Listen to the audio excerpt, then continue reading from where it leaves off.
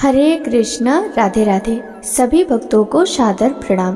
भक्तों, आज की इस वीडियो में हम जानेंगे अहोई अष्टमी पूजन की सरल विधि और पूजन में प्रयोग में आने वाली सामग्री के बारे में।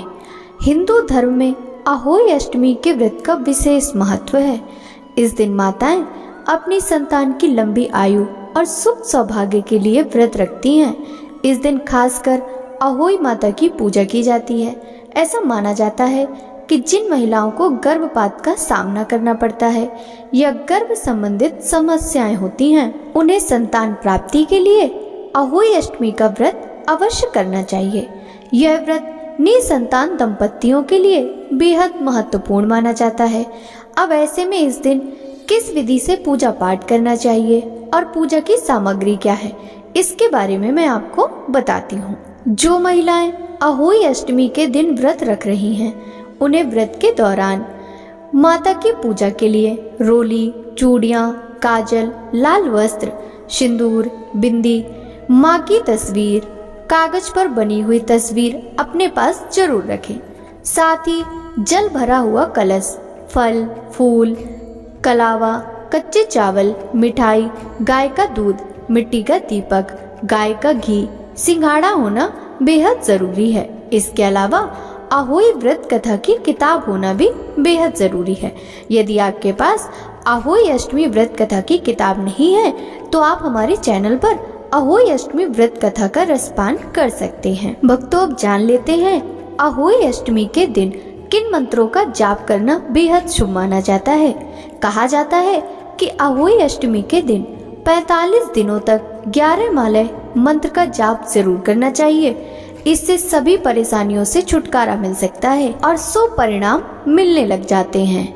जिसमें से पहला मंत्र है ओम पार्वती प्रिय नंदाय नमः। दूसरा मंत्र है अश गोपाल मंत्रस्य नारद ऋषि अनुष्टुप छंदा कृष्णो देवता मम पुत्र कामनार्थ जपे विनियोगः। अगला मंत्र है विजयेन यितो रथ स्थिता प्रसभानीय समुद्र मध्यतः प्रदत्त नयनान द्विजन्मने स्मरणी वासुदेव नंदनः। भक्तों, आप अपनी इच्छा अनुसार किसी एक मंत्र का 11 माले प्रतिदिन जाप 45 दिनों तक कर सकते हैं। भक्तों, अब जान लेते हैं अहोई अष्टमी पूजा की सरल विधि। अहोई अष्टमी का उपवास करने के लिए माताएं सुबह उठकर एक सादे करवे अर्थात मिट्टी के बर्तन में पानी भरकर रखती हैं। इसके बाद माताएं अहोई माता का ध्यान करती हुई अपनी संतान की सलामती के लिए विधि विधान से पूजा करती हैं। इस दिन माताएं पूरा दिन निर्जल उपवास भी करती हैं।